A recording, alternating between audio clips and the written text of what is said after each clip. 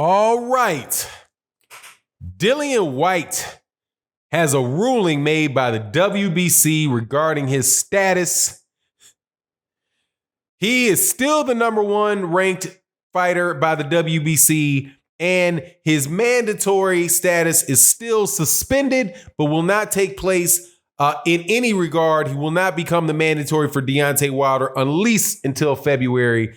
And that's absolutely ridiculous and shameful, but at least they didn't do something worse. And we'll talk about what they could have done worse in this video.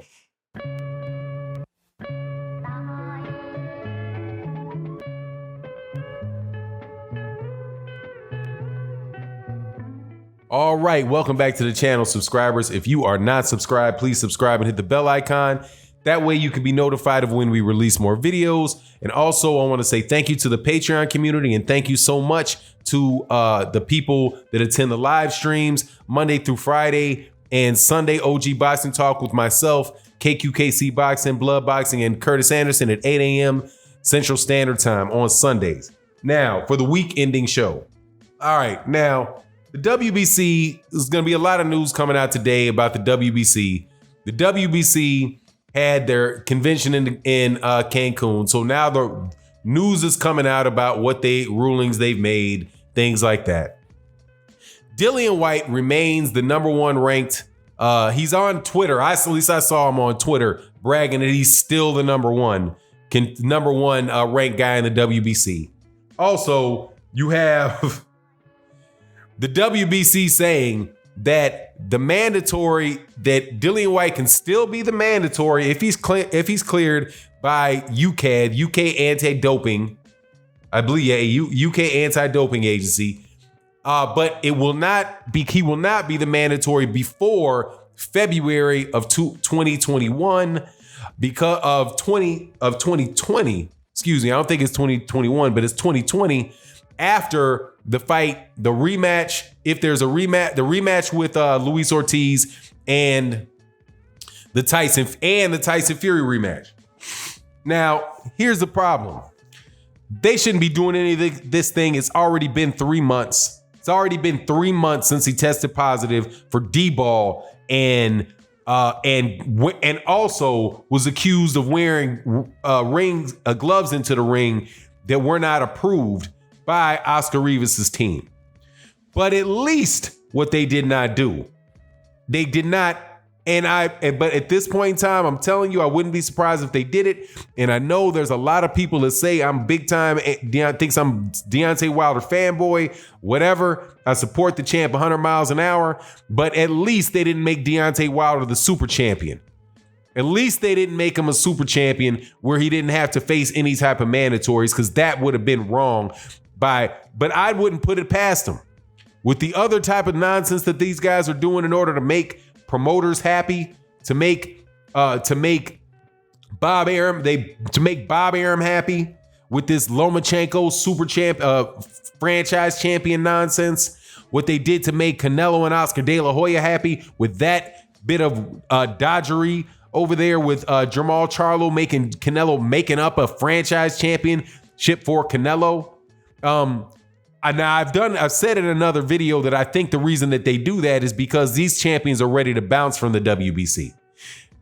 Vasily Lomachenko has only fought one time for the WBC. So he wins the WBC belt. He's very inclined to just go ahead somewhere else and not pay the WBC fee. So they slap a franchise championship on top of him and elevate somebody else to the regular championship. Same thing with Canelo. Canelo seemed reticent to fight Jermall Charlo. Instead of having to strip Canelo like the IBF did, they elevate him to this championship status. So at least they're not saying that they're going to elevate Dillian Whyte to the regular championship, have Deontay Wilder be the franchise champion. So, I can exhale and breathe on that one. Right? Don't have to worry about that one for the time being. Because as much as I like Deontay Wilder and think he's the man at the heavyweight division, I think champions should have to fight mandatories.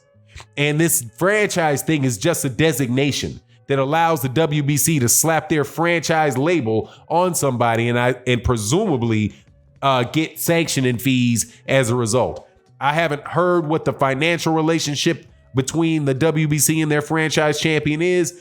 However, most people don't do stuff for free, so I'm not going to believe that they're doing that for free. I'm going to assume that there's something along with that. So at least they didn't do that. But having Dillian Whyte in their ranking system, in their rankings, is ridiculous. It's at this point in time, it's ridiculous. If UCAD approves him, what do you mean if UCAD approved him? They already cleared him to fight. They already did. They allowed him to get into the ring and fight Oscar Rivas under the influence of having tested positive for D-ball and having had gloves on that were not approved in the fighters meeting. I mean, how much more do you need? And it's been 90 days. 90 days. Now, there was also somebody, but see, I guess what we're going to do is, they're going to do and wait around for 2 years to find out that somebody tested positive for something. I just heard of somebody in the UK having been, what was it? It was a fighter that was suspended, an opponent of Tony Bellew, who was now suspended for having tested positive in a fight that he had 2 years ago. So is that what we're waiting on? Are we waiting on Dillian Whyte? Are we waiting on Dillian Whyte to be? We're waiting around for 2022 to find out that Dillian Whyte took performance to get the B sample to see whether or not he tested positive in a fight against Oscar Rivas. We're gonna wait for him to have 3 or 4 more fights, get a championship fight, get a championship fight in, get knocked out by Deontay Wilder, go rematch with Anthony Joshua, in a domestic level fight after Anthony Joshua gets knocked out by Andy Ruiz the second time. Is that what we're going to do? It's ridiculous, man. Dillian Whyte needs to be suspended, period. The WBC should stand up and suspend this guy because he fought in a ring under the influence of D-ball. We know that to be the case. That's the only thing that we know. And he should stay suspended until proven otherwise. If you want to come and tell me about your D-ball, I will reconsider putting you back in the rankings. I will reconsider allowing you to be the mandatory. But if provisionally suspended, no. Just get him out of the ranking systems, call the fight off, and then if they're serious about it, they might pick up the pace and actually have that B sample tested. And not any type of mincing of the words, cute language where you say, if UCAD approves him, then he's okay. This is similar to the nonsense that they did defending Canelo Alvarez when Canelo Alvarez tested positive for Clenbuterol before the second Gennady Golovkin fight. Or when they took their hands-off approach to Alexander Povetkin and whether or not Alexander Povetkin had tested positive under the rules of the WBC, which wound up costing Deontay Wilder millions of dollars. Because in that particular case where Deontay Wilder had sued Alexander Povetkin and wanted to get paid for the fight, the reason that Deontay Wilder was unsuccessful was because of the ruling of the WBC and them saying, well, we're not quite sure. Since they said they're really not quite sure according to their rules, since it was their rules that would determine whether or not there was a breach of contract or not, Mauricio Sulaiman doing this hands-off thing in that wound up costing Deontay Wilder a lot of money. So look, man, just do what's right, WBC. If Dillian Whyte, come on, set a time limit at least. Okay, it's 90 days now. Okay, at 120 days, you're gone. Okay, show me the B sample, provide the B sample, ship the B sample to Vegas or wherever Margaret Goodman Nevada is, test the B sample. Let me see if you're tested positive, if it's positive. Then if it confirms the previous one, you're gone. If it doesn't, okay, we chalk it up. There was something tampered with the first one, whatever, let's move on. But Dillian Whyte is a repeat offender.